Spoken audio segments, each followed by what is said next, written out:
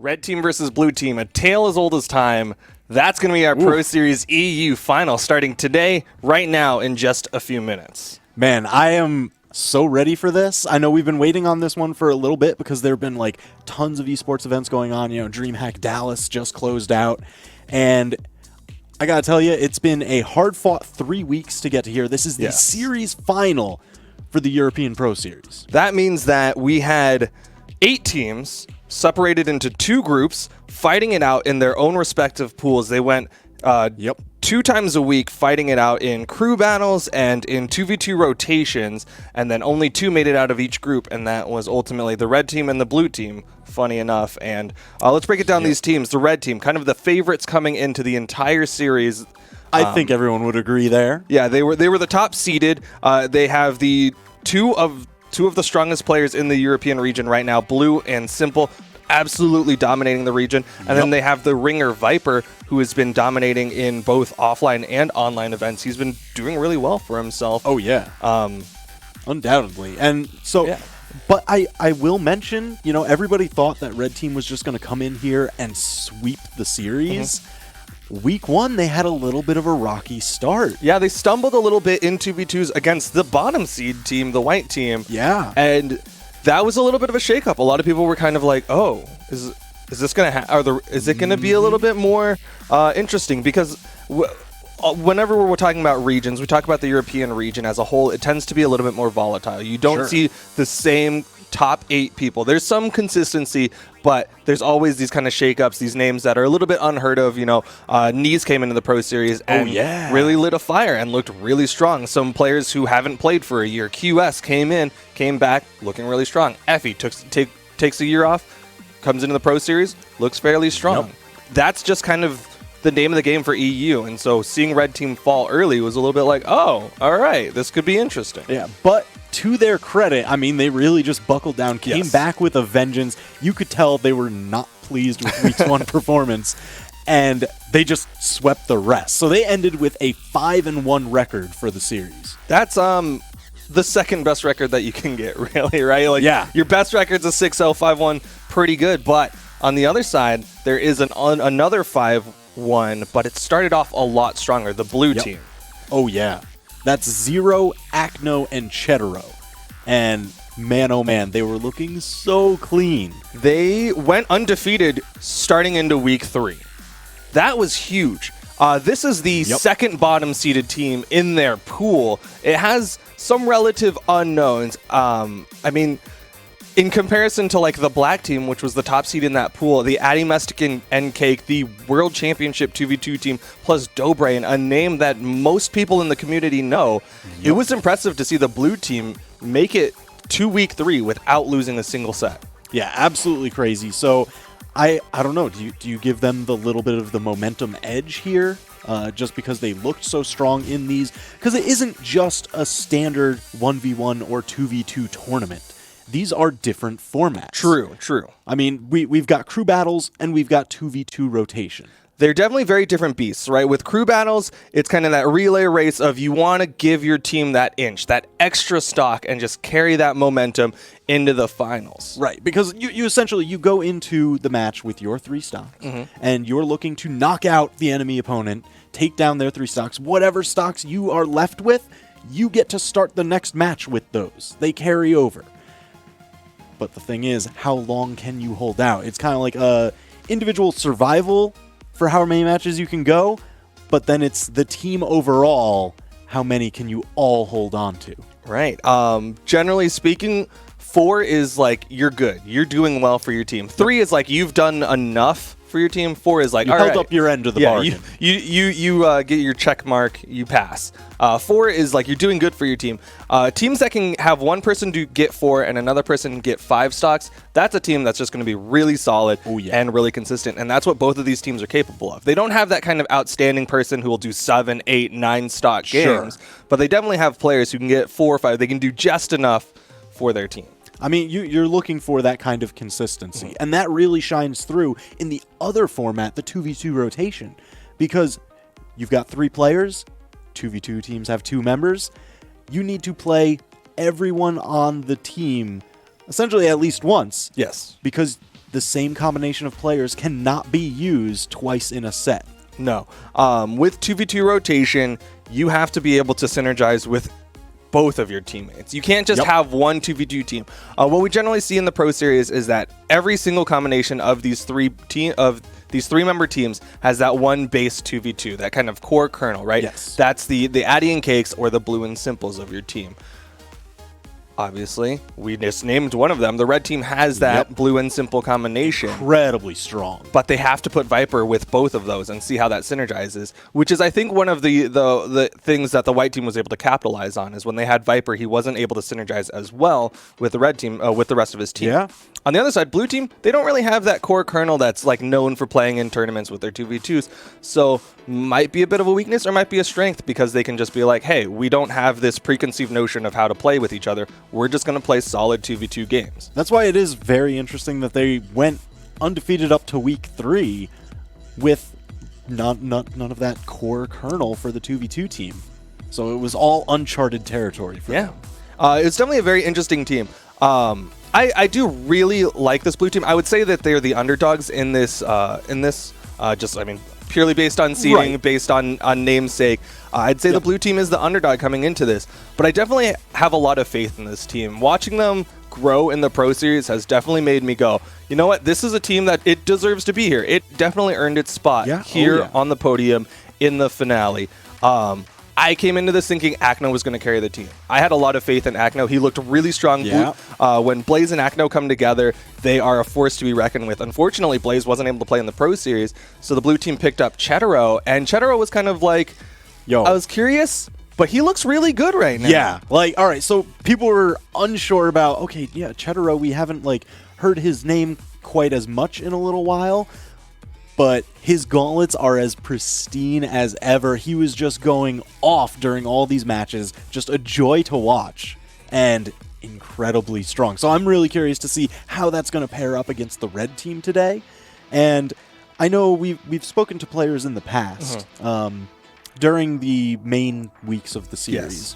We did get to talk with Boomy and have his thoughts as far as, what teams does he think are strong, which matchups is he looking forward to, and I don't know, do we want to take another look at that? Let's see what Boomy thought of these teams going into week 3.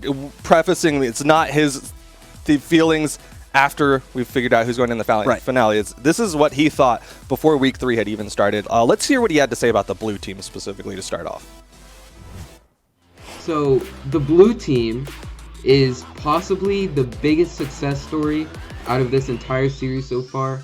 The only team that is still undefeated, which is pretty unreal when you have a team like the red team and a team like the yellow team still playing. And honestly, the glow up from these guys like Akno and Zero has just been insane. Akno taking second place in the spring championship.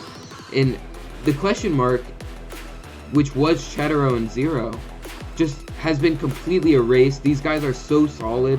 They're looking so good together in 2s and even better in 1s. So honestly, my bets to take this whole thing is with the blue team right now. These guys are absolutely killing it.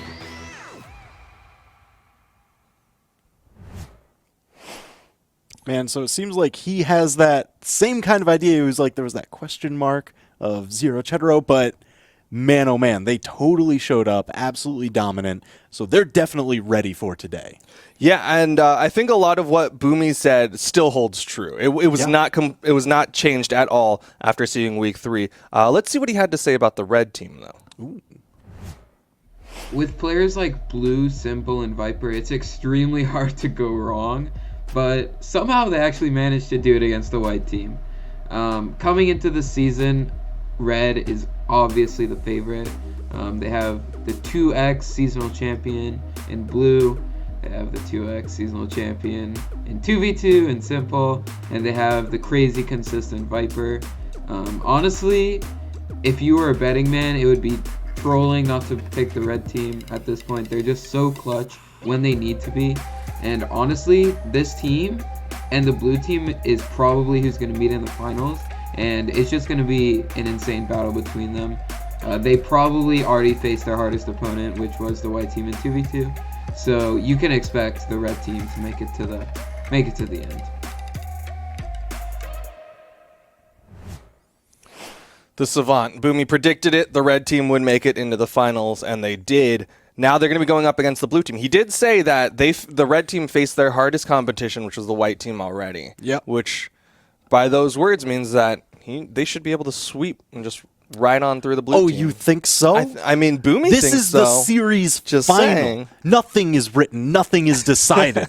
That's what we are here to find out. Which of these teams is actually the best in the business? And we'll be starting it off with crew battles. This format is, so during the General Pro Series, it was just a straight 3v3, last team standing won. Yep. Now that we're going into the final, everything ramps up just a little bit more. Now we're doing best of 3 crew battles. Ooh. And so you have to win 2 crew battles of these 3 crew battles in order to earn your spot, get your little +1 on there, and hopefully move on into the next game mode. So it's not just the one game that you need to go positive Correct. for your team. You've got to be consistent throughout. And that's going to be tough because there's definitely that real possibility of, running into kind of a block. Teams are going to adapt. They're going to start changing up their orders, figuring out what's going to work in different situations. And what's interesting about this is with the first crew battle, nobody knows who's getting sent in first. Yeah, it's literally zero knowledge. Blind pick. Yes. They tell the admins, okay, this is who our first player is going to be. Other team says this is our first player, and then they just hop in. From there, that's where you need to decide, okay, did we win the first one? Did we lose it? Who do we send in after? What kind of order are we expecting? Which players match up might have a slight advantage over some of their other ones? Yeah, so in this situation, who do you think they should be sending in first? We already see Zero stepping into the lobby. He's going to be starting off. He's the team kind of leader. He's the one who gathered everyone. He's the Nick Fury of this team. So I guess red team has like 2 different mentalities that you can go for. You either put blue in the anchor position because, I mean, he's won so many seasonal championships in a row for EU. I mean, he's the dominant 1v1 powerhouse, so he can definitely hold down that anchor position. Or do you just let him start and see how much distance he can gain? Let him run wild all over the other team. I definitely really like the idea of having blue be the anchor. And I think they do as well, as we are seeing Simple step on into the lobby. Zero's going to be starting off with the Mordex. Interesting. I generally have been seeing him play the Val a little bit more. Yep. But there will be that Gauntlets carryover, and we do sometimes see him bust out the Mordex. All right, now we just need to know who is Simple going to play. I'll get to see some of his stats there. 6 top 8s to his name. Power rank 14. It's pretty nice. Man, I got to tell you, when you're looking at like just the power rank averages for these teams, you see the red team and you're like, all right, well, they've got like, 1 and 2 and oh my gosh, absolutely crazy. Power rank 14 making it into the series final, man, that is awesome. Yeah, that's pretty big. A field of the best of the best. I mean, look at that. Simple. Power rank 2. Absolutely crazy. And he is going to be coming in against Zero for game 1 of the crew battles. Simple going to be locking in the Asuri pick. Interesting pick. Seems to be a little bit more of a meta pick. We're seeing Asuri start to become a little bit more popular, at least in North America. All right, and pretty dangerous here because this is Shipwreck Falls. Katars are on the field. Gauntlets and Scythe are on the field. So you're going to see some crazy explosive offstage play. We're also seeing that weapon denial. Simple not letting Zero pick up a single one. Immediately throws away the Katars, but he wants to keep the Katars. He's just trying to deny Zero any sort of weapon. There's a weapon spawn. Ooh, Zero sneaks it out. Man, and Simple was doing a great job kind of walking Zero to the corner and just being able to pressure that because Katars have this fantastic anti-air with that downlight. So if they try and go over you to get back to main stage, you can just kind of get that chip damage. And that's what we see pushing Zero into the orange. Yeah, Simple's really just taking the stage away from Zero. It's making it very tough for him, but he does have to keep in mind Zero was on that site that has that active input, can go for those alternates like the Nair or the down air and throw Simple off stage. Ooh. But Simple again with these anti-airs, even the neutral air, sending Zero up, just keeping him off the back foot. I gotta give credit to Zero though. Every time that he's gotten hit by this downlight, that threatening follow-up of the recovery, he has picked the correct dodge option every single time. And he's mixing it up. He's not doing the same dodge option, which is making it very difficult for Simple to get that final blow that he needs with the side air. slapped off the wall. Yep. Just shy of taking it. Not enough options left to get back. And Simple now with a pretty substantial lead.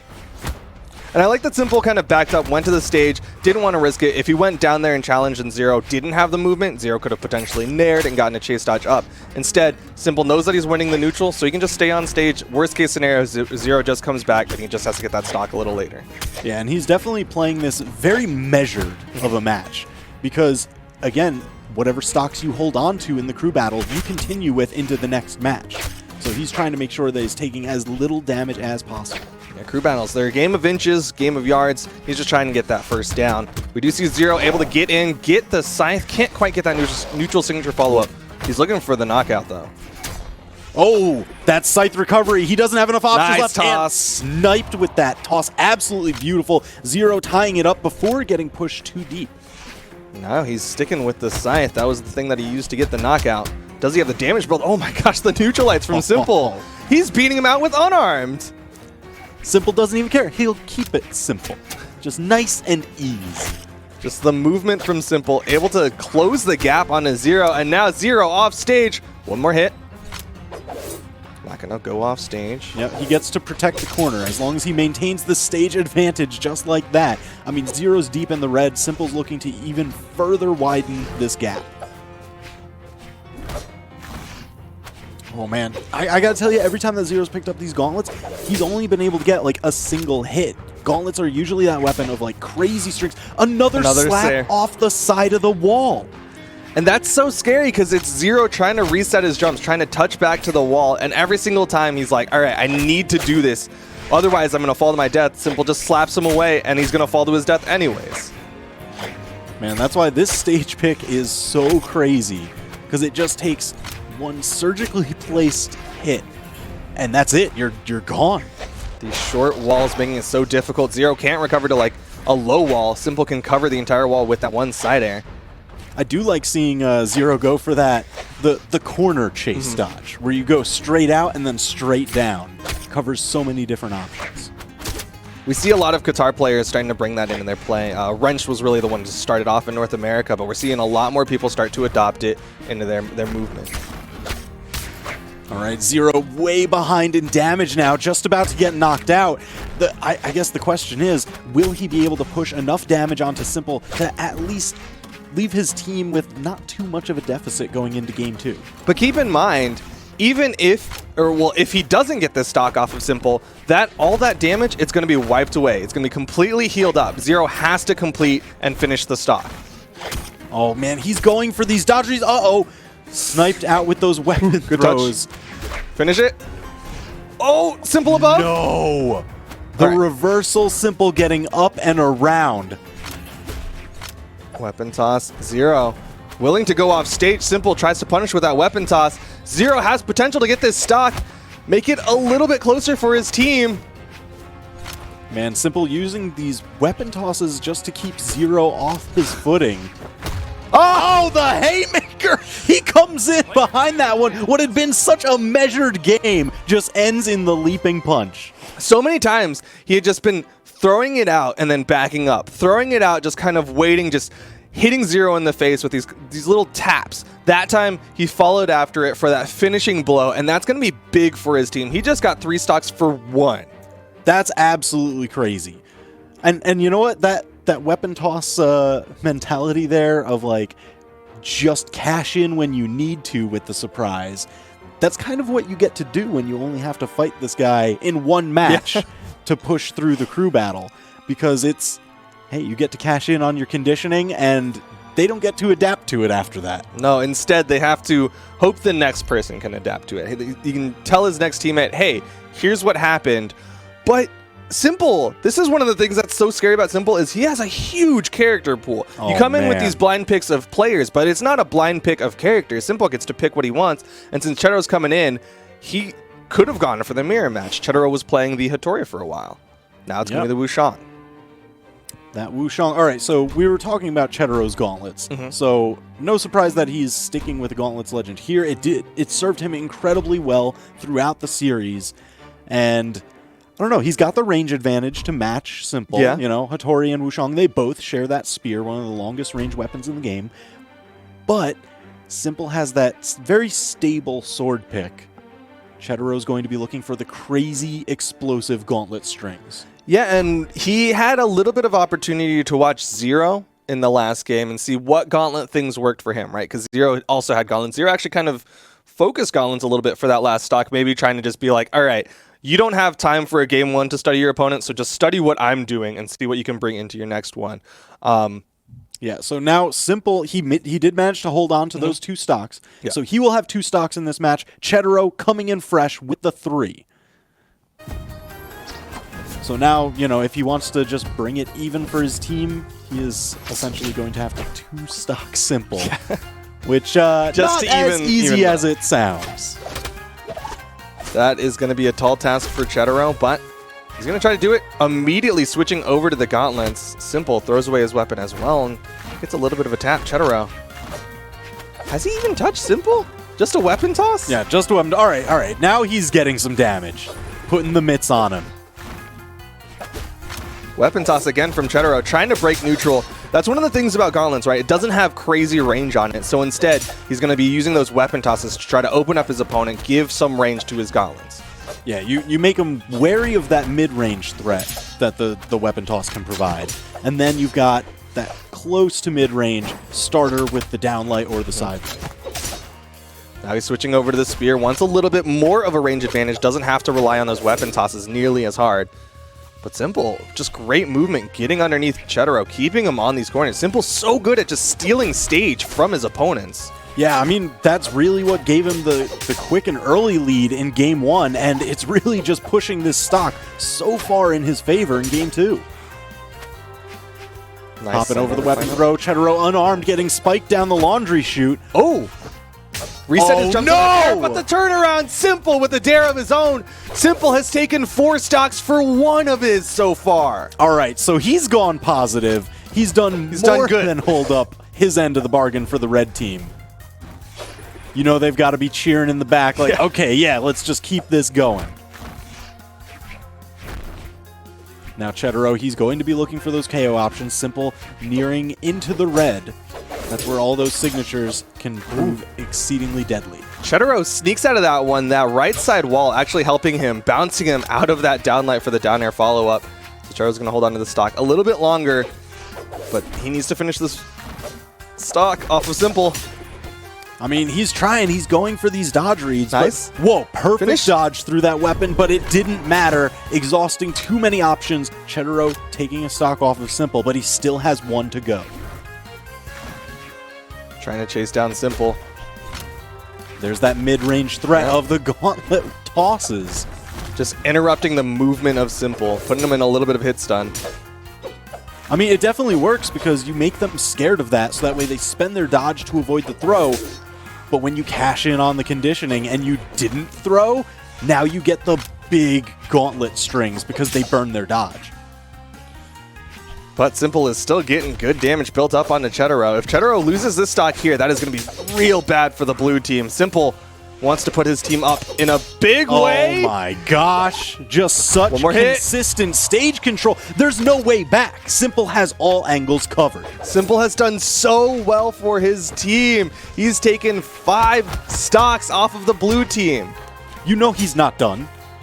He's not done. I mean, he's just in the yellow. He's still fighting. He's still maintaining stage control, just juggling Chetaro up into the sky. He can do this. Like, there is a very real possibility that Simple takes 6 stocks for his own. Oh my gosh. And then that just leaves Akno to fight 2 members of the red team, one of them being the #1 power ranked player.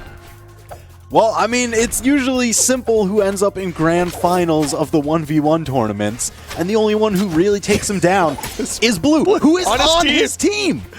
Oh, this is rough for the blue team, but Chetaro, can he get this stock? He does have Simple in the red.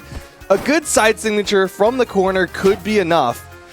I mean, this is going to be very telling, right? If Chetaro can convert here and take down Simple, they've still got a shot. But if Simple eliminates 2 whole players from this crew battle, that's nigh insurmountable. This stock is so critical. Uh-oh. Nice recovery.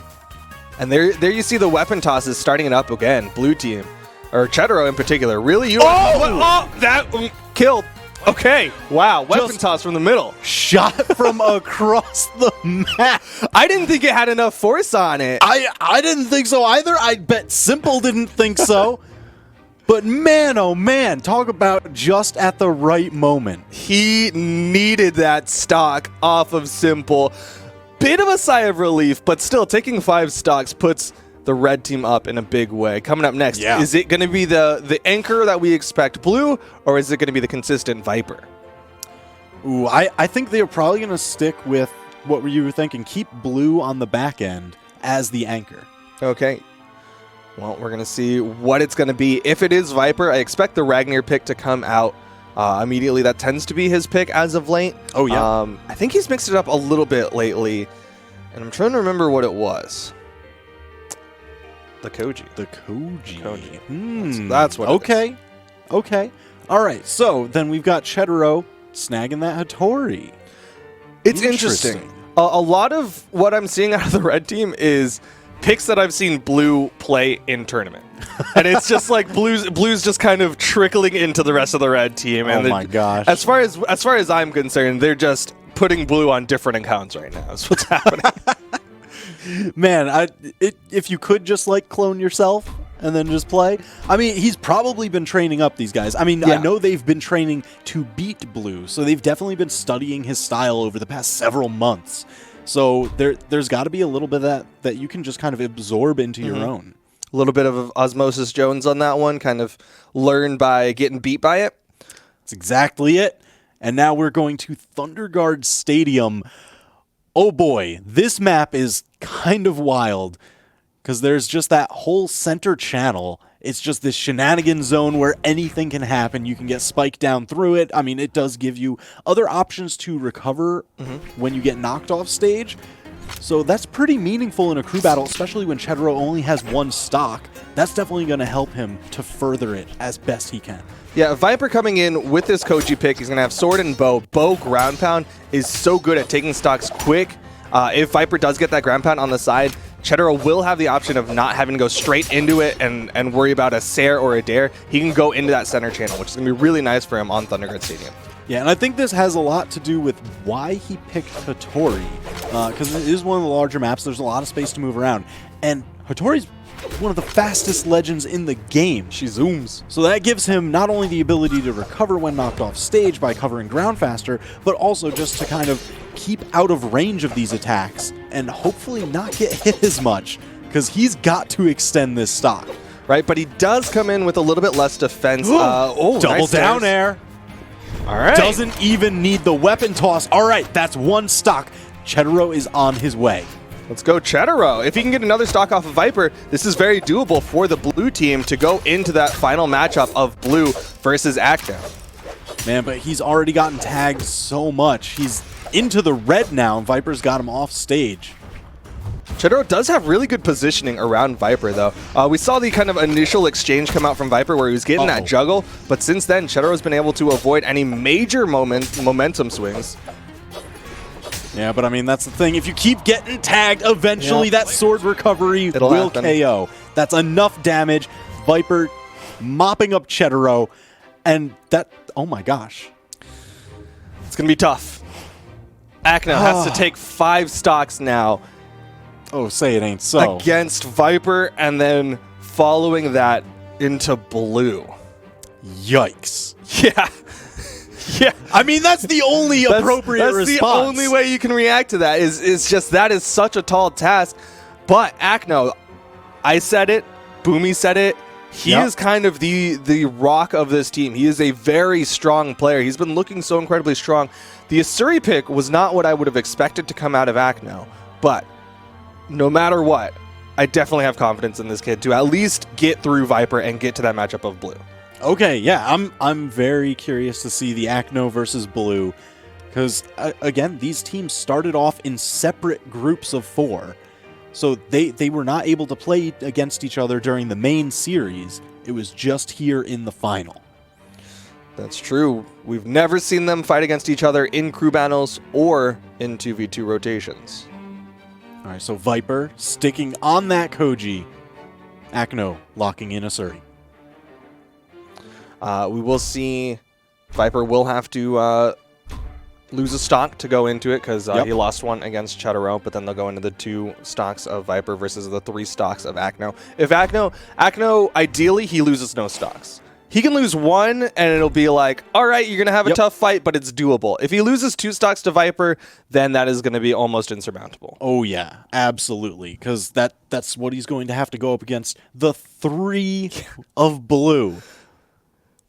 Like, when you're staring at 5 stocks and you know 3 of them is blue, like, you've got to just start planning ahead so well. But how do you do that when you've got Viper standing right in front of you? Well, see, I don't think Acno has the opportunity to look into the future right now. He does not have any time to think about blue and go, all right, here's what I need to do against that matchup. Acno needs to be in the moment. That's what his two teammates are for, is to go think about blue, start pulling up VODs and be like, here's what his dodge habits are. Here's what you need to do. Yeah, I mean, that is the luxury you get with these team formats. You can even formulate strategies within your team. Ooh, Acno. Going there in the downline. Oh my gosh. That gravity cancel neutral signature, all right. He read for the high recovery.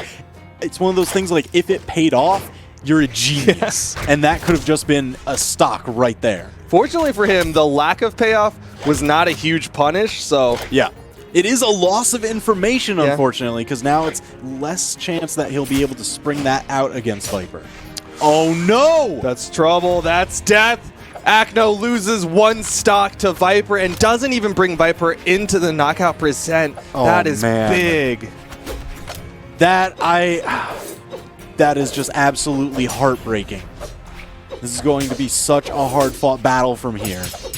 Now he has to play these 2 stocks perfectly if he wants to have any sort of positioning against blue in the final game.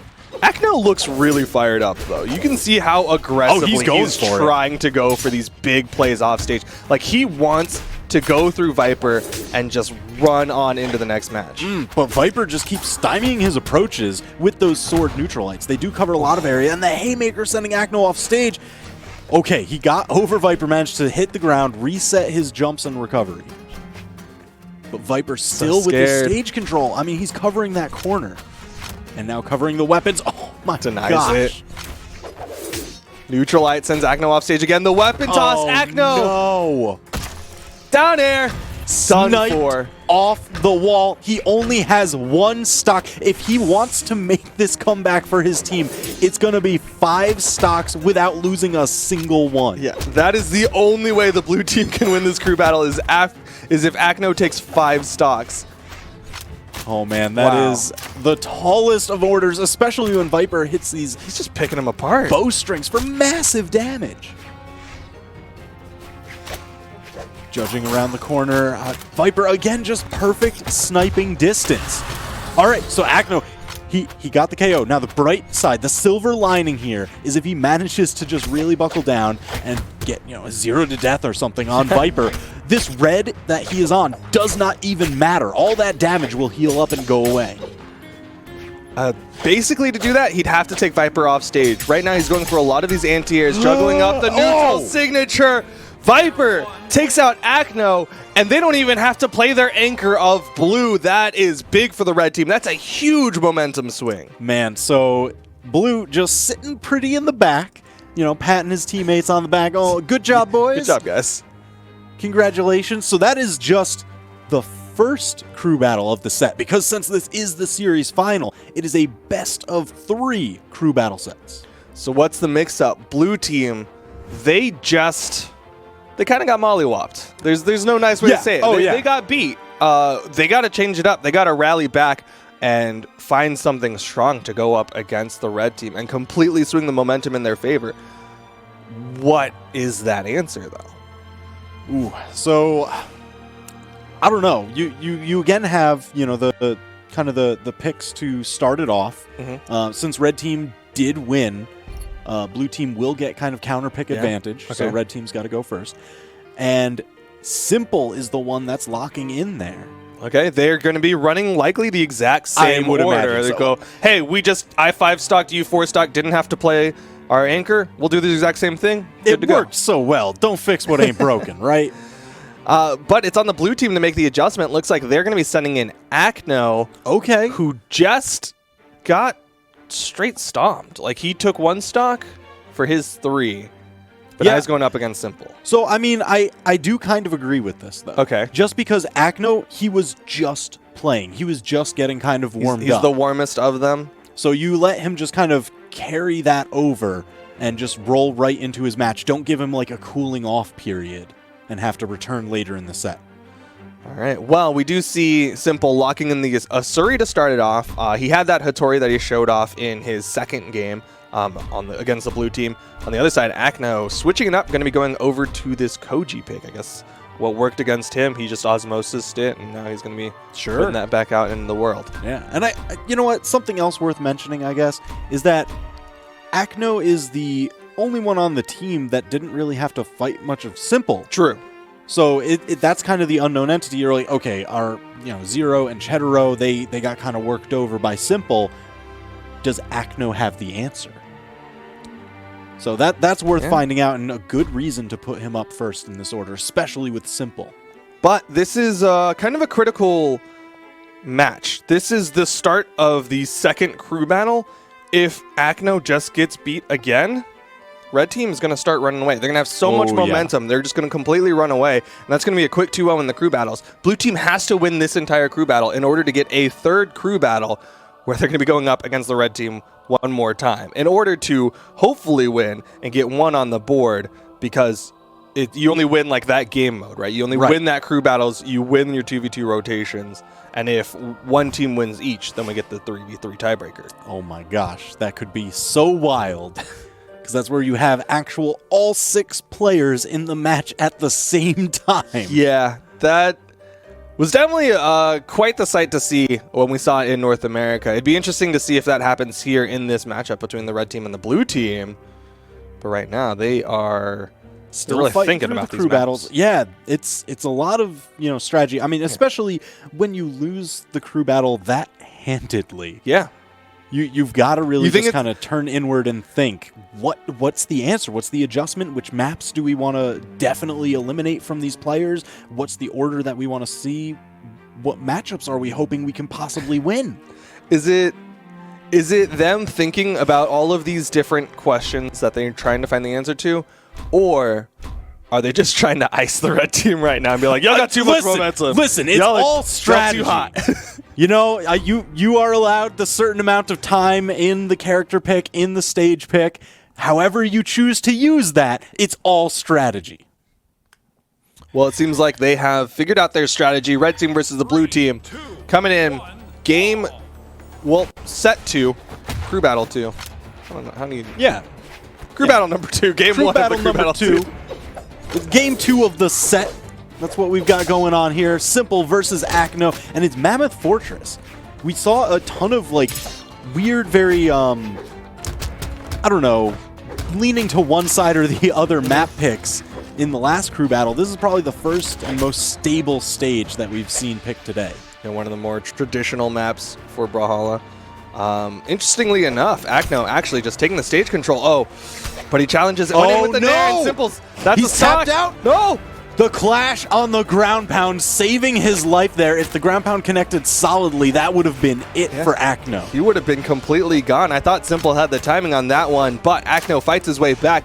He got very damaged on that one, but he does maintain the stock. He reads the dodge through. Had to spend the dodge. Dive kick just enough to get back to stage. But Akno, oh, wow, still surviving. I thought that would have been it, because he is now deep in the red. He doesn't even want the weapon. You can see Simple had a moment where he could have picked up the weapon, but instead, he's just staying unarmed against Akno. He had the positioning, he had the spacing against that sidelight for the downlight recovery. He might just be looking for that again, just outspace and punish. I bet, because you know what, weapons, sure, they're worth quite a bit, but you know what's worth more in a crew battle? A KO!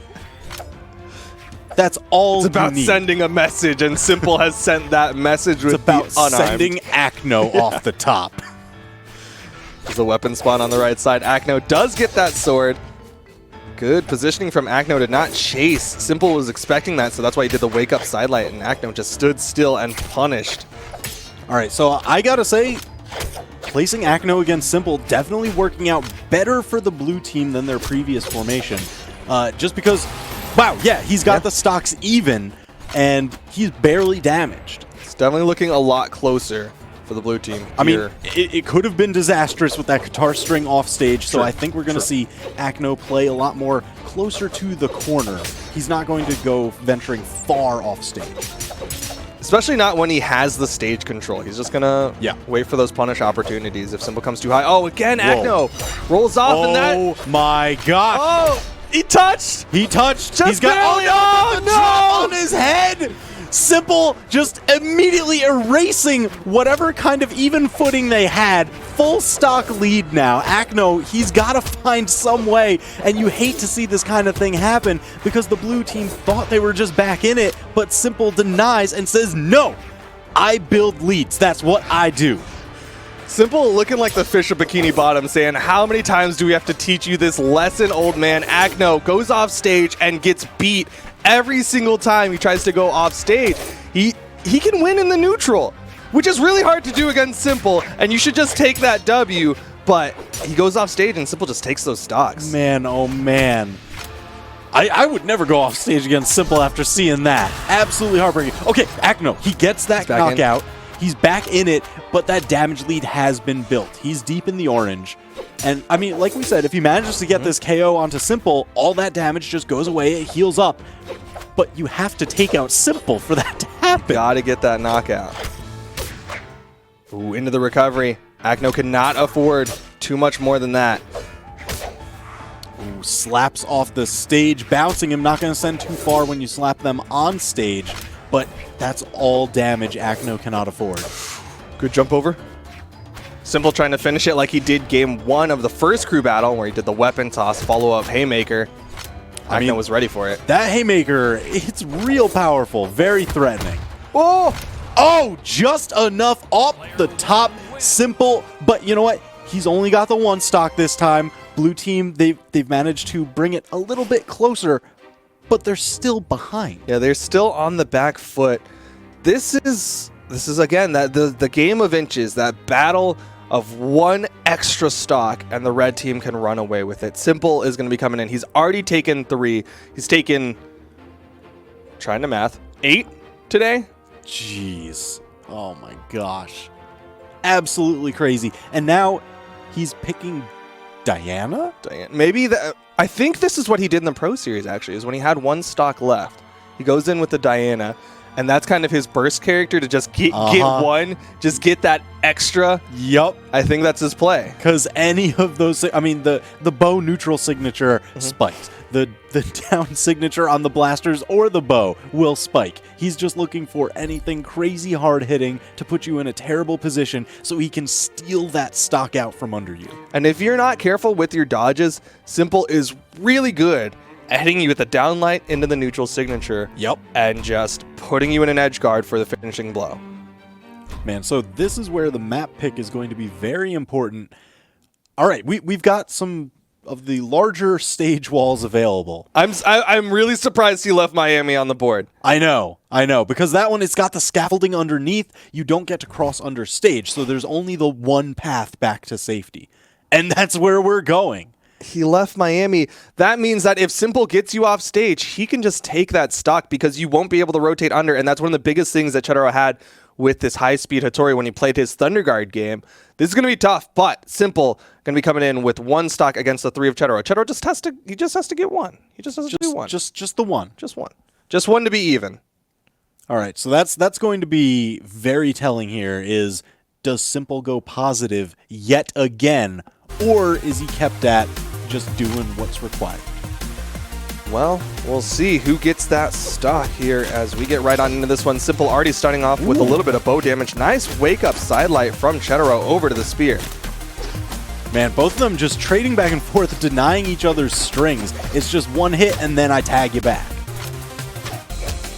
Nice extension with that weapon toss to follow up from Chedoro. We were seeing him use the weapon tosses to break neutral. Now he's starting to use it as a way to extend his strings, get a little bit more pressure onto Simple.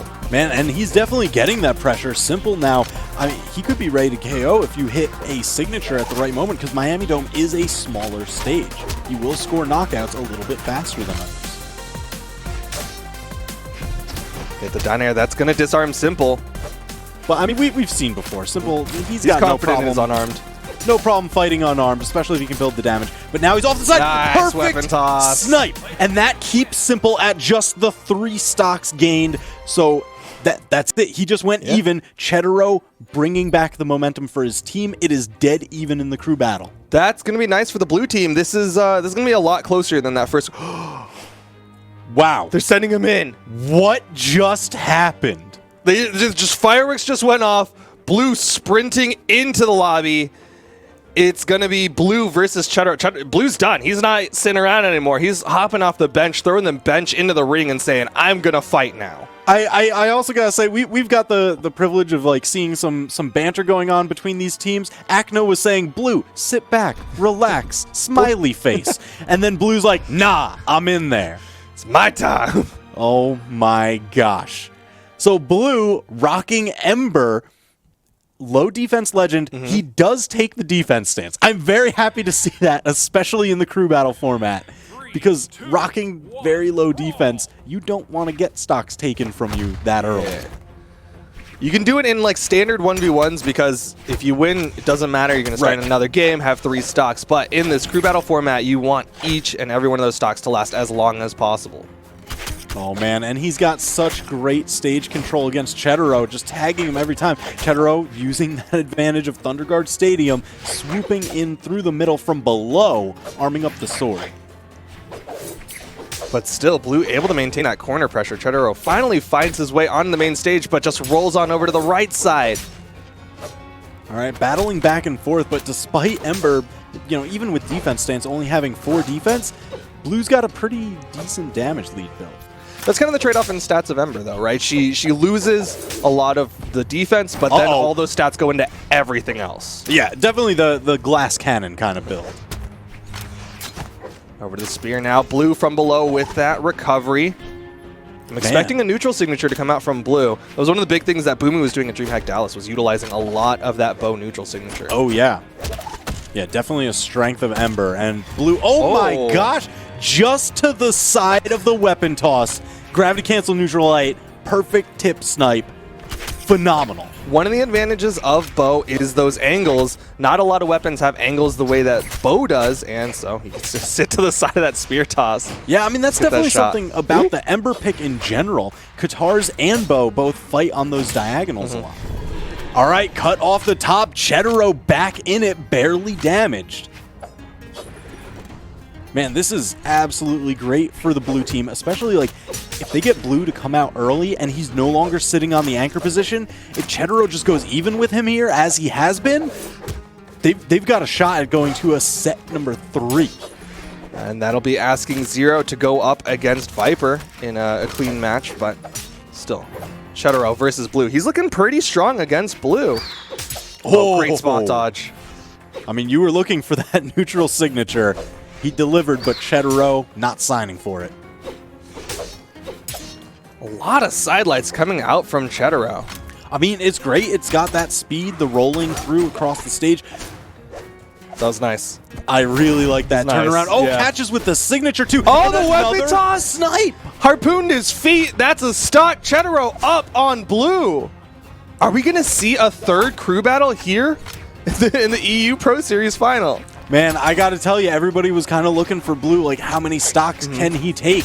But Chetero just seems to have the answers. And the answer is only 3.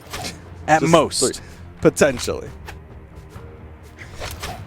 Man, oh man, Blue really just trying to find something. You know, he's hunting for these KOs now. Oh my goodness! That was really inventive. I really, really like that because, you know, you don't see a lot of spear ground pounds on stage at this level of play. Yo, he could touch too! Oh, still surviving. Outspaces the downlight. Is this panic coming out from Blue? Patience. Oh, that's a burn dodge. I mean, he's on his final stock. He wants to at least take Chetero down to 1. This is the crew battle format, so he's playing it smart. He absolutely has to. But, you know, he's got to also be thinking, like, I just want to take this. Yeah. I just want to take this. How can I 0 to death I'm Chetero? Blue. I'm supposed to win this. I mean, that's what Boomy was talking about in those interviews. Like, red team definitely is the favorite. Like, if I were a betting man, it would just be red team all the way. But right now, I gotta tell you, Chetaro looking so pristine. He's doing so well for his team right now. Over to the spear. Has blue on the edge. Ooh, hunting for the signatures. He knows blue is into the red, and Chetaro's just hunting for those knockouts. Now he's the one happy to fight unarmed. Yeah, he's just throwing away every single weapon. I mean, it's all extra ammo. If you've got stage control, they only spawn up there. Pogo to knockout? Oh, blue keeping close to the wall, knowing that he can't get any weapon toss angles over it until he crosses that corner. I like the delay. Held it so that his player model could land back down so we could throw it through the platform. Oh, yeah. Got that hit on the blue, but blue evening up the damage. He's getting close. Yeah, I mean, he has really brought this back. Because Ember has some very hard-hitting signatures we were talking about before, the glass cannon model. But Chetaro, he needs a little bit more before he's going to be taken out. These weapon tosses are safe, but it is rare for a weapon toss, especially in neutral, to be the knockout. Yeah. Yeah, it's usually got to have a little bit of spice on it, tossed from pretty far away. Oh! Oh my gosh! Blue with the perfect anti-air against the spear ground pound. Chetaro really thought he had him and just sneaks in the Qatar recovery to steal that stock away. Oh, that's heartbreaking for Chetaro. He was almost a full stock up on blue, and blue gets that finishing blow, and all the damage that was on top of blue's last stock completely wiped away. A full stock blue against Zero coming up next, and then there's still Viper as the anchor for the red team. Oh my gosh, what looked like such a short thing. Because, I mean, blue was deep in the red before Chetaro even respawned on his final stock. But that's just blue. I mean, he has made crazy loser bracket runs. He has. I mean, he's gone through 13 sets in the lower bracket of some 1v1 tournaments. So, of course, he's got the fortitude. He can buckle down and just hold on to that stock. Absolutely wild. When he hit that downlight, you and I just both like pause. Our hearts leapt up into our throats because we knew what was coming next was a finishing recovery. And oh my goodness, blue. You know, a lot of weapons, they don't have a proper anti-air to handle the spear ground pound. So you're usually better off like, okay, just try and play footsies around it or dodge through it. Right. But Qatar downlight, it was so perfectly placed right in the center, beating it out. That's what's hard about it, is that you do have to hit that center spot, and with Qatar downlight, it's kind of precise. It's not like, Yeah, I mean, if you miss, you are jumping up into it. Yeah. But it does have the priority, so that way if your aim is good, you will win out. All right, blue coming in with that fresh stock now against Zero. Zero, if he gets the stock, it'll just be a clean 1v1 against Viper. All right, so that's definitely what you're looking for here. Oh. And oh my gosh, the gauntlet's off stage. Very possible to do it. The thing is, though, even if he takes off the one, it's just kind of that mentality of blue team has consistently been on the back foot. They really haven't had a lead in this crew battle. They're always having to play catch up, having to just stop the momentum to try and bring it even. Went for the read, but blue with the dodge down avoids that follow-up sidelight. Ooh. Zero getting good damage on the blue. Almost. One solid tag is going to knock out blue here. You see Zero hunting for those signatures, but that's what happened to Chetaro too. He started hunting for the KOs. He was just using the weapon tosses, trying to get it unarmed, and the damage build happened. Okay. Everybody calm down. All right. Zero just earned the dead even final game. This is the realest possibility for the blue team to go into that third crew battle and potentially win out in the overall crew battles final section. Oh, man. It's tough. All right. It's a lot of pressure on Zero right now. So I do think that this is still kind of best case scenario for the blue team. Well, best case scenario would have been Chetaro winning against blue. Well, sure. But I mean, with what you've got, blue is no longer in the anchor position. True. They spent him earlier in the matchup. True. So they've played against Viper before in the set. They know what kind of damage they can do against him. But Viper just took 4 stocks in the last crew battle. 2 of them were from Zero. That's right. It's only 4. You Watch just it. need to No, swing one of that them was from Zero. one way.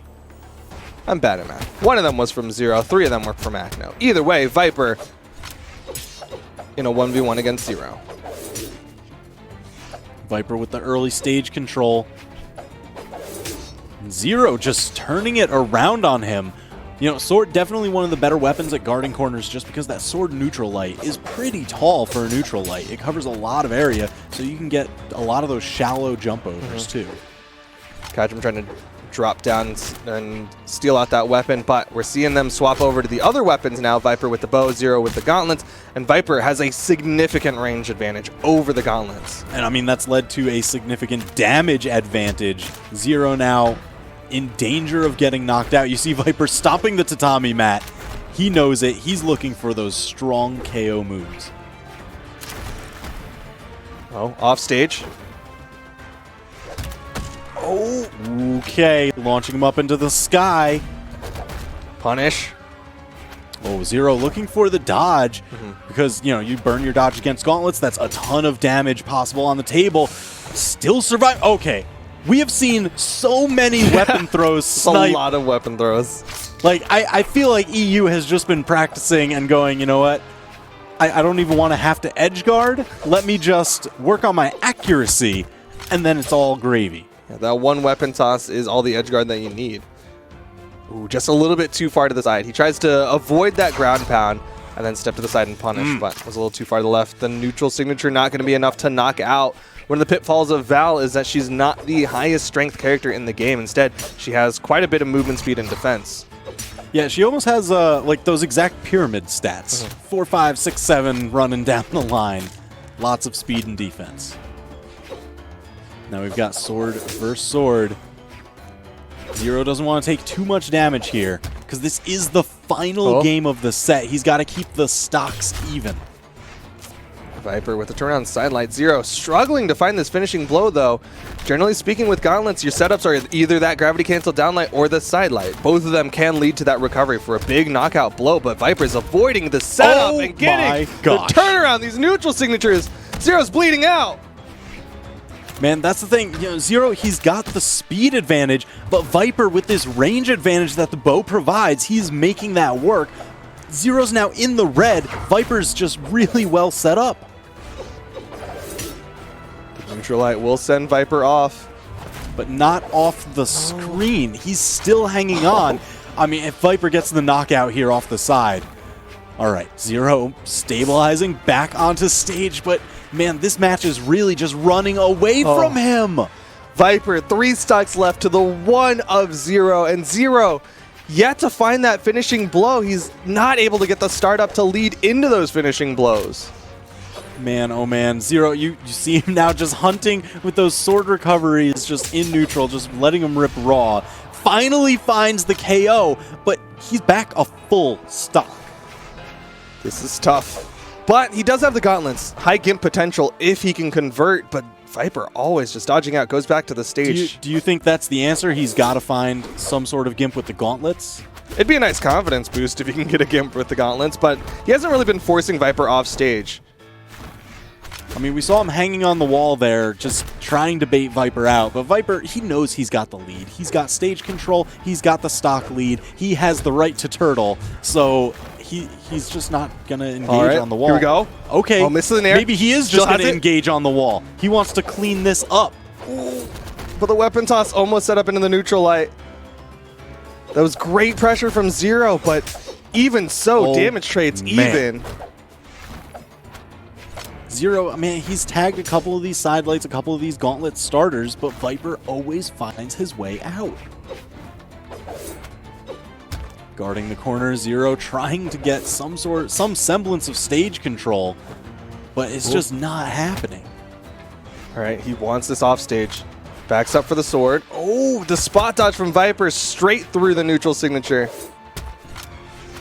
Oh man, and now Viper again with the range advantage on that bow. Oh! The side signature, but it clashed.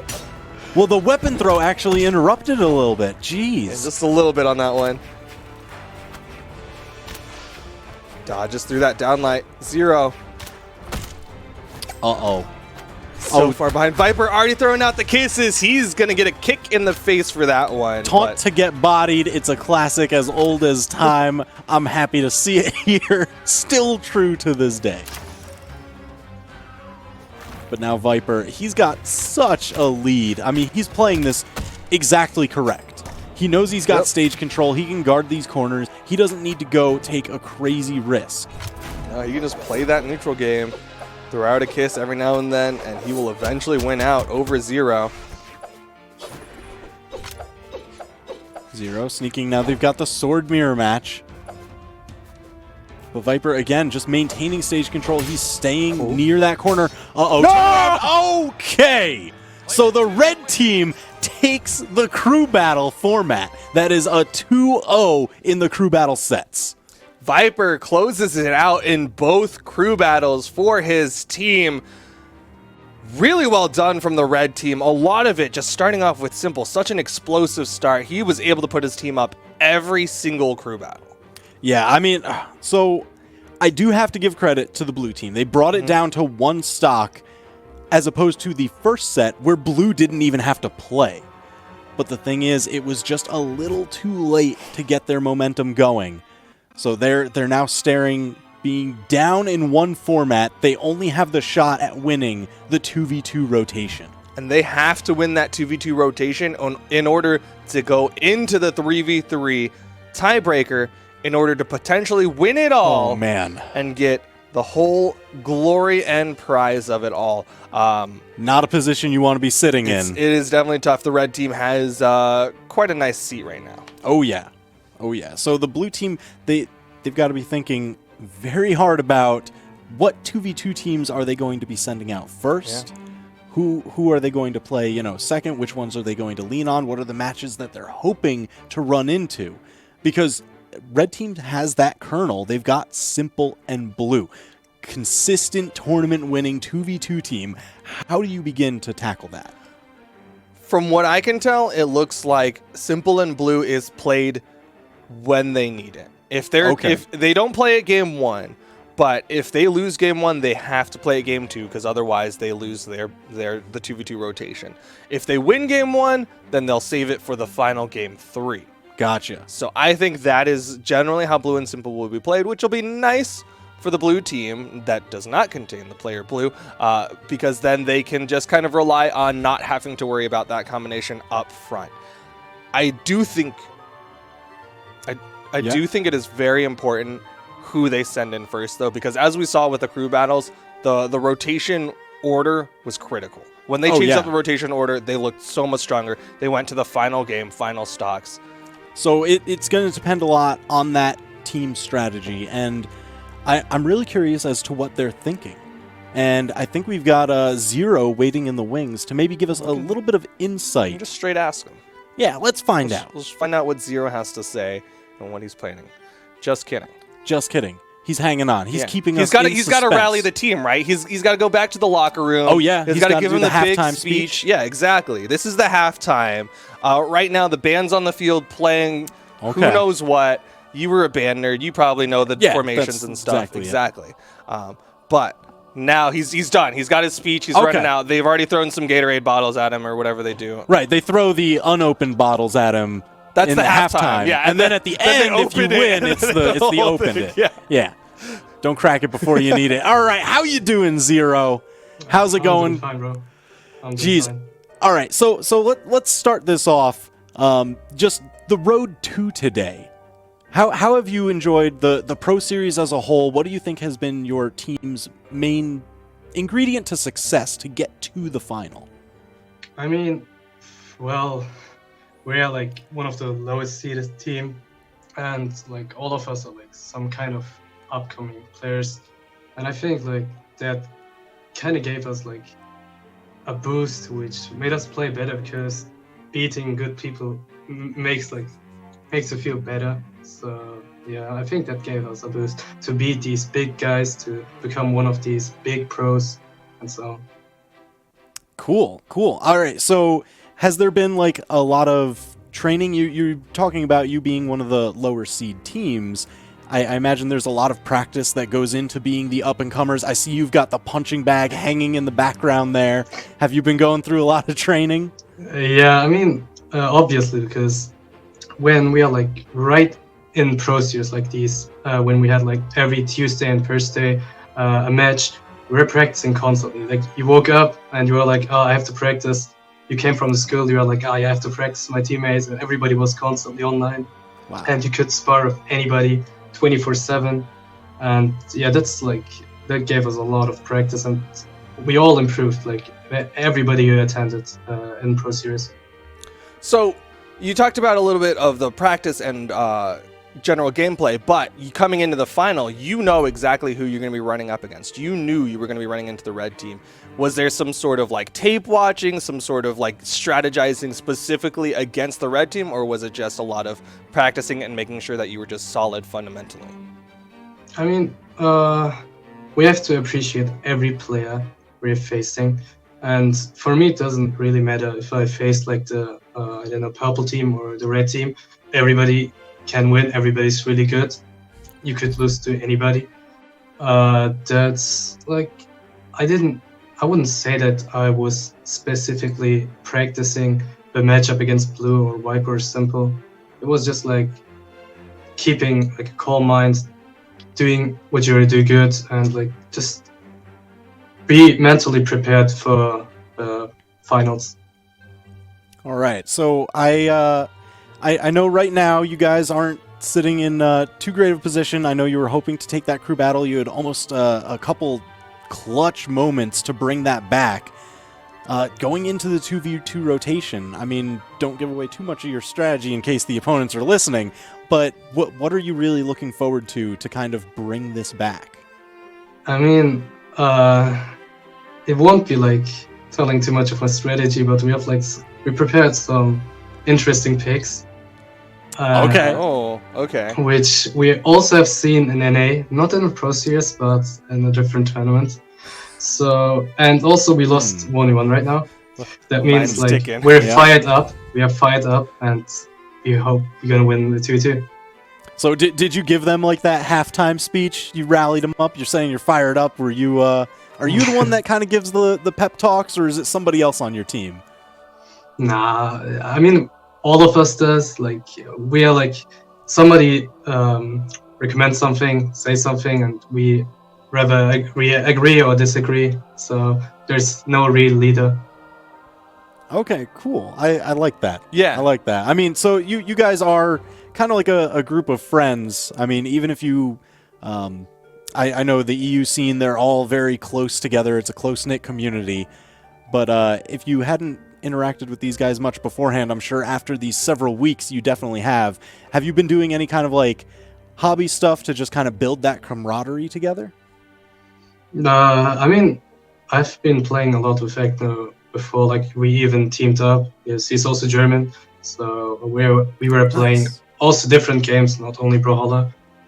Cheddar was like, I met him in ranked really often, and he plays well. And like when Blaze told us he can't play in Pro Series, I thought about like, hey, Cheddar is like the guy who I face every time in ranked, and I think like, oh fuck, hopefully I will win. So yeah. All right. Cool. I mean, that's a great way, you know? Yeah. You pick like, oh man, I know this guy is an absolute monster. I hate playing against him. Let me make sure I never have to play against him. Just put him on my team. Yes. All right. Solid. Well, you probably have some strategizing to do with with the rest of your teams for 2v2 rotations. We don't want to take up too much more of your time. Thank you for talking. Is there anything you want to say to the people out there watching at home? Any kind of parting words before we let you go?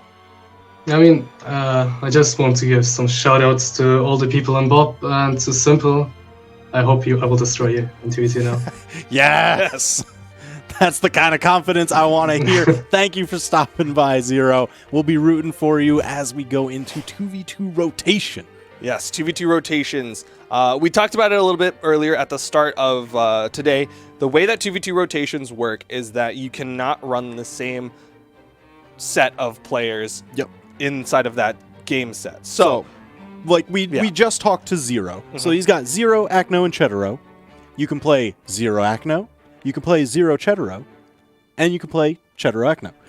You cannot run Zero Acno twice in the set. You can't run any of those formations twice in a set. Everybody's got to play. You got to play every which way of your team. Yes, and that means that you have to have synergy with all your teammates. You have to have some sort of strategy with all your teammates. You can't just rely on one thing to kind of carry you through. That star player power, it's not going to be as effective in 2v2 rotations as it was in the crew battles. Obviously, Simple being able to take multiple stocks, taking 4+ every single time he comes in, great for crew battles. And it's going to be really nice to have that potential in 2v2s, but it's going to be a lot harder to do, and you won't be able to run him every single time. Yeah, 2v2 is definitely a very different beast. I mean, you get... He just hopped in on that one. Oh, geez. Everybody just go.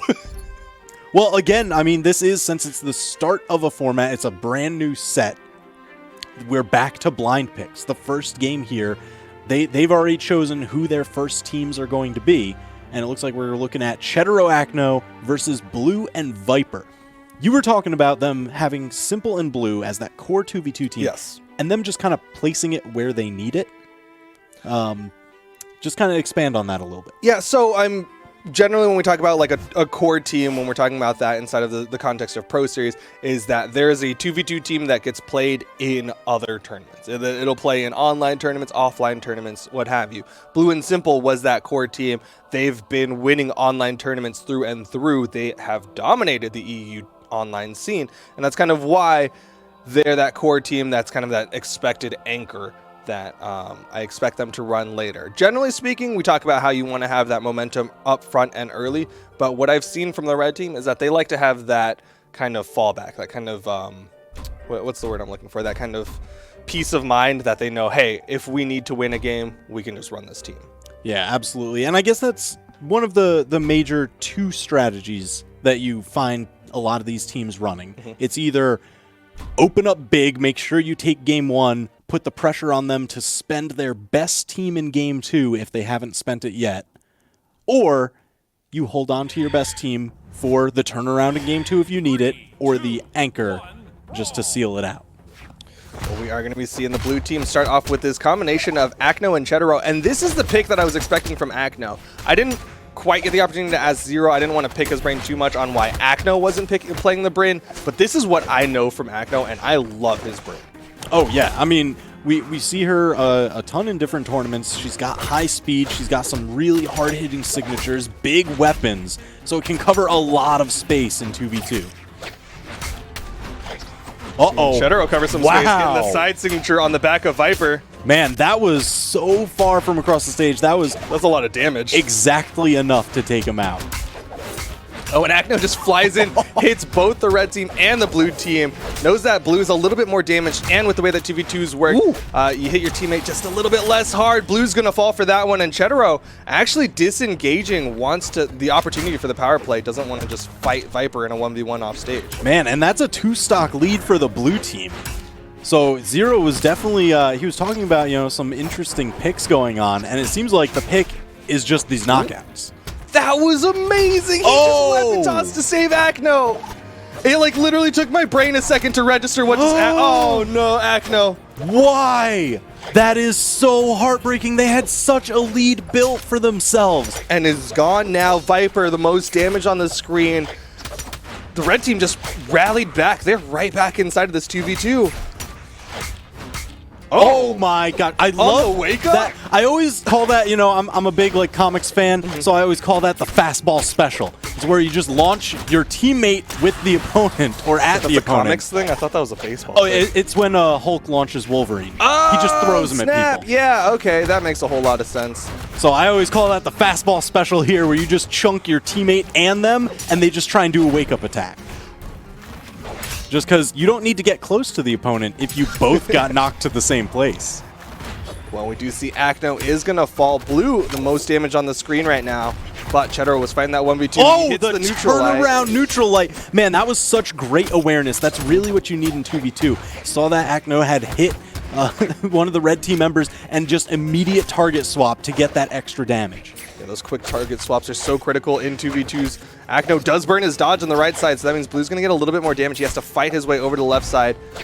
That's all right. He's not that damaged, and now they've got Blue down onto his final stock. They got a power play against Viper, and he's incredibly damaged on his last stock. If they can get the stock off of Viper, Blue team might be able to do it. We do see Chedaro fall. Everyone's onto their final stocks. Viper playing so safe on this right side, not even helping Blue out, potentially going for that power play. I mean, he has to. He's going to have to pick his spots exceedingly carefully, because any little bit of tag could knock him out. That one almost did it off the side. Wow, it did do it. And the turnaround, they get the 2v1 onto Blue. Blue's so incredibly damaged. He's going to sit on this right side as long as he can. Waits for the exclamation points to come out. Yeah, so that first exclamation point came out. I mean, that's where Wall Slip starts to activate once you hit the 3 exclamation points. Now, the thing is, when it appears for the first time... Oh my gosh, bounce off the wall. Nice, the side air. That's got to do it. He doesn't have enough options left, and Chedaro styling a little bit at the end. Got to show him the glowing hands. Show off a little bit. All right, that means Blue team's going to be going up 1 game in the first set of 2v2 rotations, and now I expect the red team to bring out that anchor team, that Blue and Simple combo. Yeah, yeah, and of course, they're just immediately flying that in, because now they are the ones that have to steal back the momentum here. I mean, Blue team did a phenomenal job not letting the crew battle loss get them. This is what I was expecting. I heard him say it, and all right, y'all can't see it at home, but like we pop in, because that's the Thor Zol. Yes! They saw DreamHack Dallas. Thor Zol, that's the new meta in 2v2s. Boomy and Sandstorm were doing this to great effect. 10 strength. Oh, 10 strength Zol. We're doing it. We're doing it, boys! In for a penny, in for a pound. They're going all the way 10 strength Zol with the Thor follow-ups. Oh my gosh. So it is going to just be Orc in a china shop, just running around. That's what he's going to do. Acno is going to be looking to just create space for Zero to just bull rush in there. Go wild. I'm glad he's got the football player skin on, because that's exactly what this is going to look like. We talked about Zero being the coach. Now he is the football player on the field fighting for the Blue team. Oh my gosh, look at the target swapping. He is just swinging this cannon back and forth, barreling through both of them. He's just trying to hit as many people as possible. I mean, every little tap that he gets is actually a massive amount of damage, because he's rocking 10 strength. Hard, but everyone damaged. Acno from below. Okay. Hits the turnaround recovery. First stock taken off the red team. Man, oh man. All right, Simple chopping Acno off the side. They chop Zero wide. They've got to find a way to bring this back. There's 1 stock now. It's evened up. Acno in a momentary power play against Simple and Blue. Into a gravity cancel and neutral signature. That Great was awareness. sizzling. And look at that. Zero, he just knocks somebody off stage. Immediate target swap. Oh, the neutral light. And Zero with the side air from the stage is going to take out Simple. Recovery. Simple trying to help out. Yep. Oh, but Blue doesn't. He didn't touch the wall. All right, so they trade Acno stock for Blue, but it was Blue's second stock. That's a great trade for the Blue team. Neutral light. Oh Follows up the gravity my cancel down gosh. right, left side. Acno and Simple are just fighting it out. The side signature just blasts Acno in the belly. Ooh, getting away from that typical axe string, the side light, neutral air, ground pound. Usually covers so many different dodge options, but Zero just found the escape out and down. Ooh, side signature. Zero off stage. Red team can come back into this, though. Both Blue team members very damaged. Oh yeah, it would just take a little bit to bring that back. The bow recovery off the top. Zero now down to his final stock. Can they convert off the power play? They at least destabilize Acno. He's off on the side. This is very close. Zero runs in, punches both players. The neutral air. And now Red Team has stolen back the lead, but very tenuous. Very tough. Blue's got to extend this stock. Oh my Side gosh. signature. Simple looking so strong into the neutral signature. Ooh. Tries to follow up with the recovery. Agno's still taking a lot of damage. Side signature sends Blue off. Uh-oh, Zero in danger. Agno save. gave him the save. That orb neutral air has such low knockback, but the down signature has such high knockback. Blue is out of here. All left to Simple in a 1v2. Both blue team members are damaged, though. This is doable. The side air. He's got the 1v1 and a massive damage lead. This is significant. He is going up against a Thor, a high defense character, but he can't eat those weapon tosses. Blue and Simple take it back, and we're going to a game 3. All right, but that was way closer than you would have expected when you're like, all right, they're marching out Blue and Simple. That is their core. That is the 2v2 mainstay. Acno and Zero, like, had such a lead going for so much of that match with crazy picks. I want to say this comp of Thor Zol, that they've had a week to study this comp, right? Like DreamHack Dallas was a week ago, and until then, no one had really played that comp in competitive. Zero and Acno saw that and said, we could do that. And they just did that, busted it out, and took Simple and Blue down to 1 stock left. All right, but this first run through the 2v2 rotation, it is now 1-1, and Simple and Blue have been spent. Yep, they're gone. Now it's all left to Simple and Viper versus Zero and Chatero. All right, and this is a bit more of like the pick you would expect to see. Chatero on that Wushong once again, and Zero now moving over to Hattori. Interesting that he'd go with the Hattori. It's not completely out of left field, right? Like, we saw him play the Mordex. I keep pointing out that he did have that Val earlier on in the Pro Series. He will have that sword carry over from the Val. And in general, you'll see a lot of players who don't traditionally play Hattori bring it out in 2v2s because both neutral lights on the sword and spear are just really good setup tools. Oh, yeah, absolutely. And I mean, when you're looking for the 2v2, you get those crazy combos. Even if it's just a quick 3-piece conversion, having consistent setup tools helps that immensely. We're going to go right on into game 3. Miami Dome still on the board, but it's going to be Mammoth. I'm surprised. Simple seems to like Miami Dome. Viper very comfortable on it as well, but maybe not so much in the 2v2 space. Okay, I mean, I understand, especially when you saw some crazy things happen in the previous game. You want to fight for a little bit more consistency. Yeah. Want a little bit more of that consistency. Shadow. Oh my gosh. Lots of unarmed neutral lights on a lot of people right there. Just everybody getting punched. Fists are flying, but both blue team members get caught by the recovery from Simple. Ooh. I mean, Zero Chatero, they've been rocking these spears. They want that bit of the range advantage. But they've only really managed to get damage onto Simple. It's very lopsided damage build at the moment. And Simple, he's been able to fight back even when they were getting that damage built on top of him. He was able to put some damage onto both of the blue team members. Oh my gosh. That was like the leapfrog alley-oop with that spear ground pound. Oh no! Oh, double? Viper with the double KO gets the side signature, gets the neutral signature, and that's why you can't just leave Viper alone, because he'll just come in behind, hit all of you, and get these knockouts. Yeah, because, I mean, he is a monstrous 2v2 player himself, usually pairing with Agzo. I mean, he doesn't have him here in this 3-man comp, but Viper is such a 2v2 powerhouse. All right, perfect punish. Zero coming in, doesn't get the KO, but a ton of damage working towards it. Recovery again, still not enough to finish off this stock of Viper. Downlight recovery finally does it as Zero tries to swap weapons. Simple on this left side, waiting for Viper to respawn before he comes back up on the stage. Yep. Ooh, Spitfire juggling people up, down, around, everywhere. Now Simple down to his final stock. The blue team again with a lead. They might be playing for that 2v1. If they take Simple out, then they can just get 2v1s onto Viper. Chatero on the right side looking for the edge guard. Oh my Does gosh. not hit the nair so Viper can get back up safely.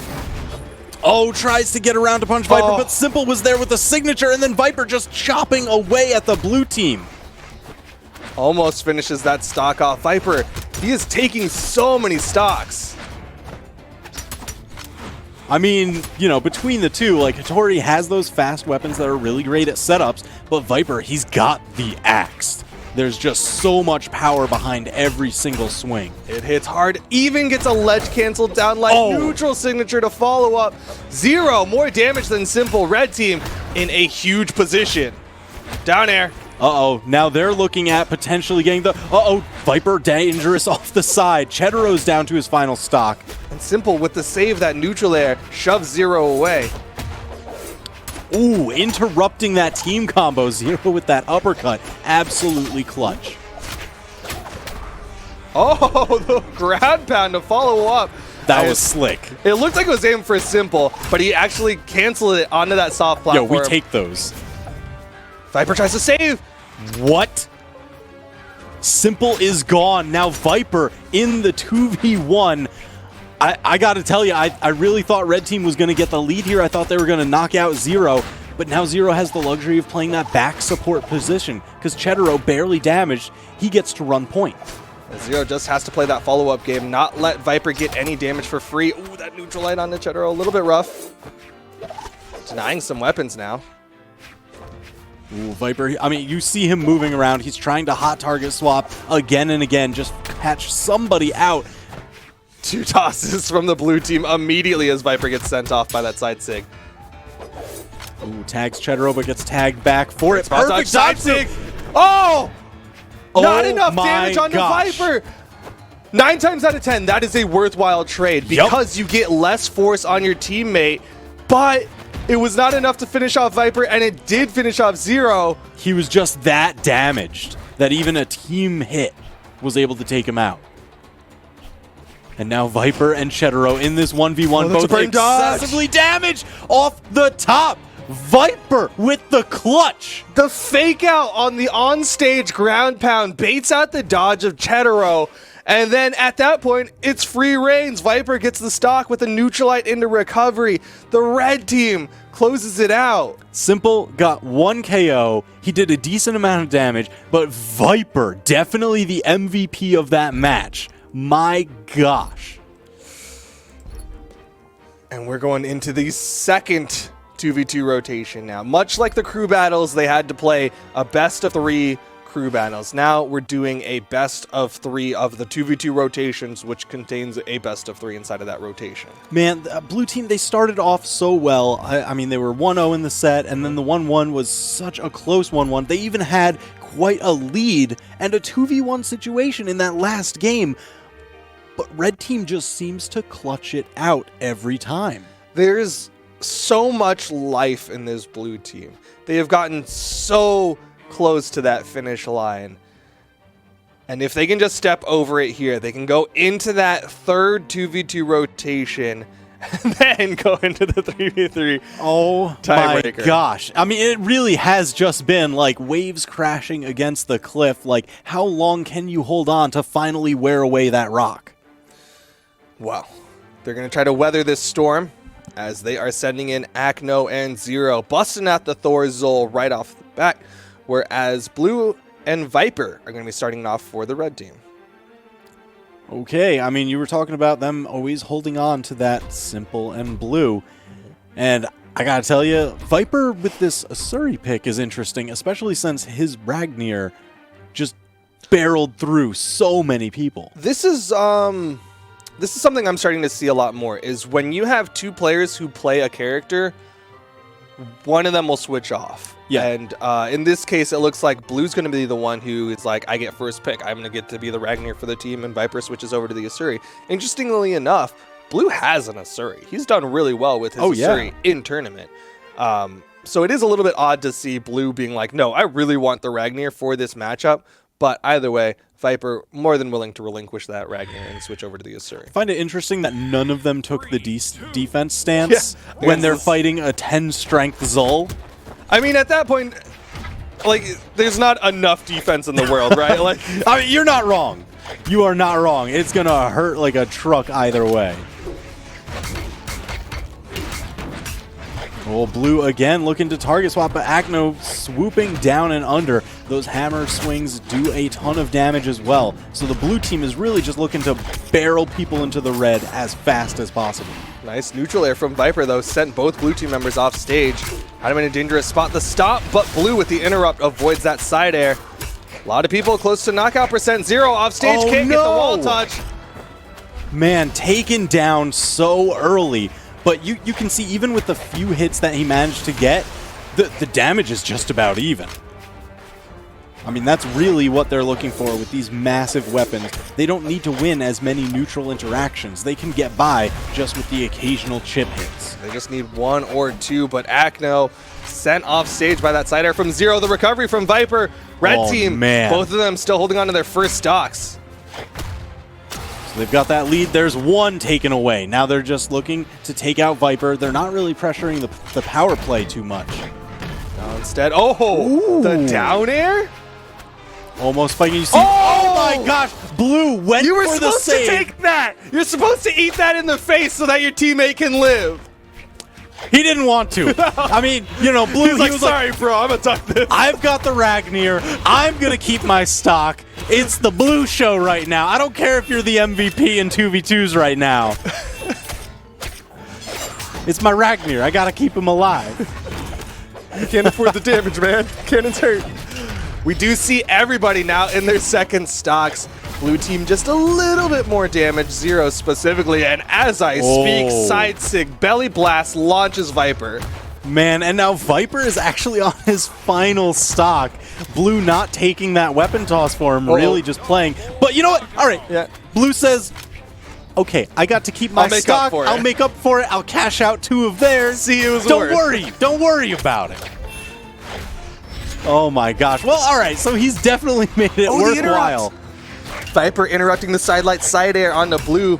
There's the side air, and now Viper avoiding the power play. You see him sit on the wall every single time his teammate falls. We've got an even game. Yeah. Like everyone's just back in it. Man, oh man, this has been crazy back and forth. Ooh, big guitar string from Viper onto Akno, continuing that pressure. Blue right underneath, didn't even throw a hit onto him. Uh-oh.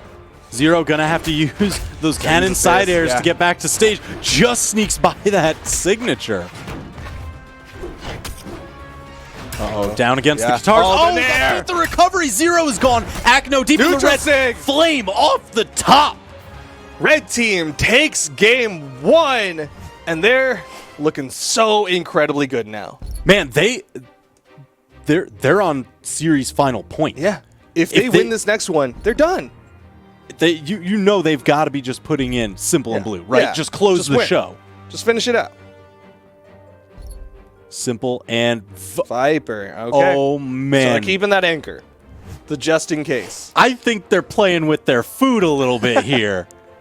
They're just like, oh, series final is almost over. No, we want a little bit more We need a screen little more time. airtime. Hold on. Jeez. Okay. So Simple Viper, they've got. Oh, I understand. Viper, he was a little He's like, I need to play the Ragnir. Hold on. I didn't get to play Ragnir last game. You know, that weapon toss came in, so I'm doing Ragnir now. I understand. Okay. That was probably the deal. Blue was like, I'll play Ragnir this game. We'll guarantee a game 2 for you. All right. Okay. I understand. Simple going to be going over to the Hattori. Not going to have that Asuri Ragnir combination for the red team, and we're seeing Akno hop in with Chetaro. Ooh, okay. So we've got that Bryn Wushong comp. It's got double spear and then gauntlets and axe. This is what got them game 1 over the red team. Not this specific combination of red team members, but I guess arguably the strongest comp on the blue team right now is Chetaro and Akno. Yeah, and if anything stays true of like how well Chetaro was able to target swap in that previous game, that's going to be the key to victory. Because he was able to initiate even just those quick 3-piece team combos, and he never really left himself out to get punished. No, those target swaps are so incredibly critical. Especially like when your teammate's on an axe, you get those 2-piece, the sidelight and nair. If you can target swap and extend off that nair, that's just so much extra damage that they don't have to go for a read off of. Instead, you just get the guaranteed extra. Absolutely. And they've definitely got the room to do it as we are on Mammoth Fortress here. Game 2 of set 2. Red team is on series point. Yep, if they win this, they're done. They can get a check and cash it. But blue team going to try to hold on. They need to win this one and the next one to get another 2v2 rotation to potentially fight for the 3v3 Viper pogos. trying to go save Simple, but He's there not is done! Oh my goodness! Viper couldn't do anything either. He just... He hit him with the recovery. He got the save, but Akno just dive kicked, said, delete that immediately. And now Akno getting deleted by Simple off the side, just rotation. recovering. Oh! Ooh, that dodge through. Acno he had to avoid it. He almost got the chase dodge, and now they've taken yet another stock. Red team bringing it back. Every time that you think the blue team has something building, the red team is able to deny. So quick at getting these turnarounds, and now the red team has a significant lead as Viper not even in knockout percent just yet. Man, oh man, this game is absolutely wild. They're just burning up now. You see the red team, they just want to get that W and be done. The side signature will finish off Viper, put everyone in their second stocks. All right, Simple staying stable and able to convert off that Viper, smartly knocking the blue team off the wall where Simple is waiting. We saw the neutral light come out, a lot of active frames on it, gave him plenty of time to react and run up, get some extra damage on it. Man, everybody on the field is red except for Viper. Well, he's in the red color scheme, right? I mean, it's red team, man. That's what you gotta do. Oh, the ground pound from Simple on the left side puts Chetero out.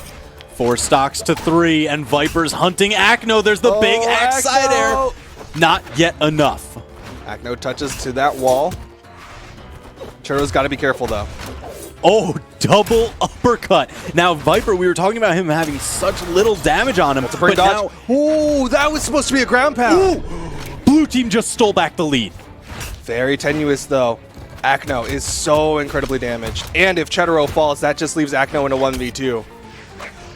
Oh, man, they're really piling on the damage. They were happy to get a bunch of those power plays against Chetero deep into the orange, almost red. It's really just starting to slip away from the blue team here. Acno! Let's go! Acno with the offstage right side!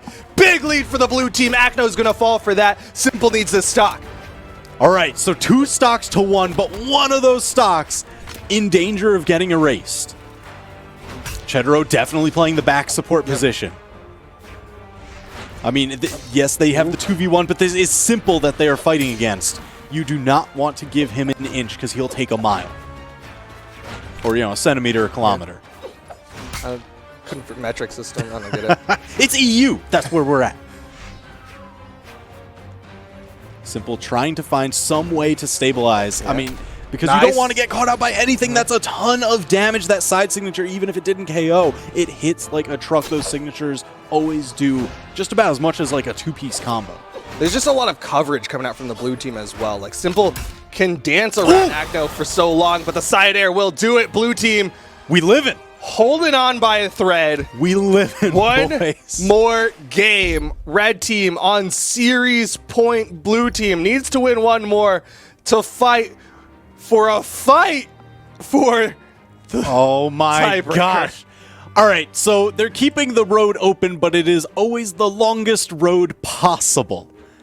I got to tell you, like, clutch play of that game was definitely taking out Viper just with that Gimp KO off the right-hand side. Yeah, absolutely crucial. Acno's offstage really went off, and unfortunately, they can't run Acno again. That's the rules in 2v2 rotation, so Acno now has to sit out. Zero and Chetero hopping in for the blue team against the Colonel team, Blue and Simple. Man, so this is what we really thought they were going to send for the red team last game. They held it on for the anchor here, and they're still on series point. They have so little to lose here. Blue team is going to have to fight for their lives against Simple and Blue. Man, oh man. So we've got Hattori, we've got Wushong. There's a bunch of different setup weapons going on here. What do you think of the Koji pick? It's not a Ragnar. He could have Ragnar. He totally could have Ragnar'd, but you know what? The Koji, he does play that a lot. We see it in the 1v1s. And oh my gosh, it's really paying off. He's getting those bowstring damage. He's just chasing down Zero. A ton of damage coming out. And I agree with this because maybe Chetero disagrees wholeheartedly. They're getting damage onto him. He's getting juggled up high. Simple having to swoop in to try and save him. That's that Simple parachute. Does send Blue off stage though, and Chetero covering this corner, letting Zero go for the 1v1 against Simple. Gets a little bit of the unarmed damage, just stomping away. Oh, both of them get caught by the neutral signature. Anyone can fall. That recovery almost gets Zero. Blue really just hanging off stage. He wants to find somebody, but What? No! Where are you going, Simple? No! Don't That's a little do too that. much of a celebration on that one. He just ground pounded, is absolutely out of here. The Axe ground pound has a lot of active frames and movement on it, so you got to be careful. Yeah, it looked like, I don't know, is there a lake at the bottom there? Did he just like cannonball into it, just happy that he got the side air and then yet another KO? They still have the stock lead, but that's to the credit of Blue still hanging on to his first stock. He was the one who had the most pressure on him at the start, though, so Blue's really been able to extend this stock with this low defense Koji. Ooh, Simple just blasting his way back onto stage. That Axe recovery just hitting so much area. Oh, that's what you were talking about. Following up off of the Axe neutral air can lead to so much extra damage. Ooh, fastball special. Okay. Chetaro with these gauntlets scoring the KO, tied up the stocks. I mean, they can even take the lead here if they manage to tag Simple. It's going to be tough. Simple tries to go for that wake-up down air. Almost caught zero with it, but it's going to be the recovery. Man, Blue team just slowly falling behind. They had that early damage lead, but it's just been running away from them. Side signature will even up the stocks. If Chetaro can extend this stock long enough, there is that possibility. That's their hope right now. These just quick 2-3 pieces coming out from the red team. Man, you see Blue kind of hanging back sometimes, using Simple like the Queen's sacrifice. He's like, Simple will go for, oh my gosh, the tatami mat. That's one of the main reasons for this Koji pick. That signature is absolutely amazing and just a lot easier to place in 2v2 than some other signatures. Ooh. Went big with that side sig, but didn't get punished for it. But Chetaro just poking on him. Fastball special off the top. Blue trying to capitalize off of it. But damage build going all around. Chetaro and Zero so incredibly damaged and on their final stocks. Highly dangerous. And Blue team's biggest hope right now would be if they can somehow get Simple and win 2v1 opportunities. But they are so incredibly damaged. Blue charging up the haymaker. Red team looking like they're playing with their food right now. I mean, they definitely have quite the lead. They're able to play this a little bit more patiently. They've got the stage control. They've got the stock lead. Everything working in their favor, including a 2v1 situation against Zero here. Red team on series point. They just need to take out Zero. Oh! Okay, Zero not going out without a down air. Down air, that will do it. The red team, Blue, Simple, Viper, they are the EU Pro Series champions. They have done it. They've gone the distance, didn't even worry about the rotation. They didn't even lose a set inside of the series final. Man. They are a dominant team, showing why they were the #1 seed coming in to the entire EU series. I mean, it was not without struggle, right? Because the Blue team at every turn, they had these clutch comeback moments where you're just like, oh my gosh, this is going to extend even further. But the red team, that mental fortitude, they are able to just take those high-pressure situations and turn to diamonds and shine. Every single time. We talked about it, but it's so incredible how many times the red team would turn a bad situation into a favorable situation. Oh, yeah. They would go from watching Simple get gimped to being up 2 stocks. And it's just, how? Like, how does that happen? They're just that good. That's just insane. What else do you say about that? I mean, all right, so they had in week 1 of their Pro Series journey that they went 1-1 when everybody expected them to like clean sweep, because that should have theoretically been their easiest matchup. Yes. But then after that, they were just like, no more of that. We're done. We're done. Nope. It's all wins Never from here. losing again. Never again. Never again. Oh my gosh. So clean sweeping all the way through, and then even through this, I mean, just taking both formats back to back convincingly at the end, for sure. Yeah, that was definitely a big finish, showing why they keep that as their anchored team, showing why Blue and Simple are such a known team in the European region, and Viper looking so strong, able to play with anyone, anywhere, anytime, able to do so much damage. He was MVP of several of those 2v2 games, for sure. Just like taking, 4 stocks, like 800 damage, like just chopping through. Oh my goodness, man, that's a scary team. want to see them play against the North American team somehow, some way. I Ooh. don't know how that'll happen, but I mean, it's I an wanna see interesting it. discussion to Right? happen. I know. I'm sure we're Fan going to see all the theories. players talking about it, just being like, "Ooh, all right, we've got to figure this out." Man, this has been absolutely crazy. EU is a crazy, volatile region to begin with. The Pro Series was a wild ride, and I couldn't be happier with this series final. absolutely not. This has been absolutely exciting.